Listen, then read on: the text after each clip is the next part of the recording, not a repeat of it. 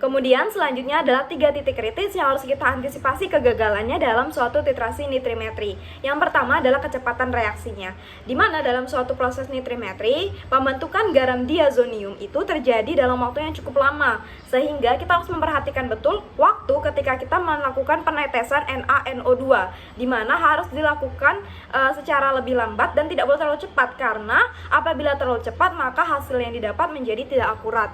Kemudian yang kedua adalah suhu, di mana dalam suatu nitrimetri kita harus memastikan bahwa suhunya di bawah 15 derajat Celcius, terutama apabila kita menggunakan indikator dari luar. Nah, apabila suhunya tetap di bawah 15 derajat Celcius, maka garam diazoniumnya itu akan tetap terbentuk dengan baik dan tidak akan pecah. Sehingga kalau dia misalnya pecah, maka dia akan menghasilkan uap NO2 sehingga hasilnya tidak akurat.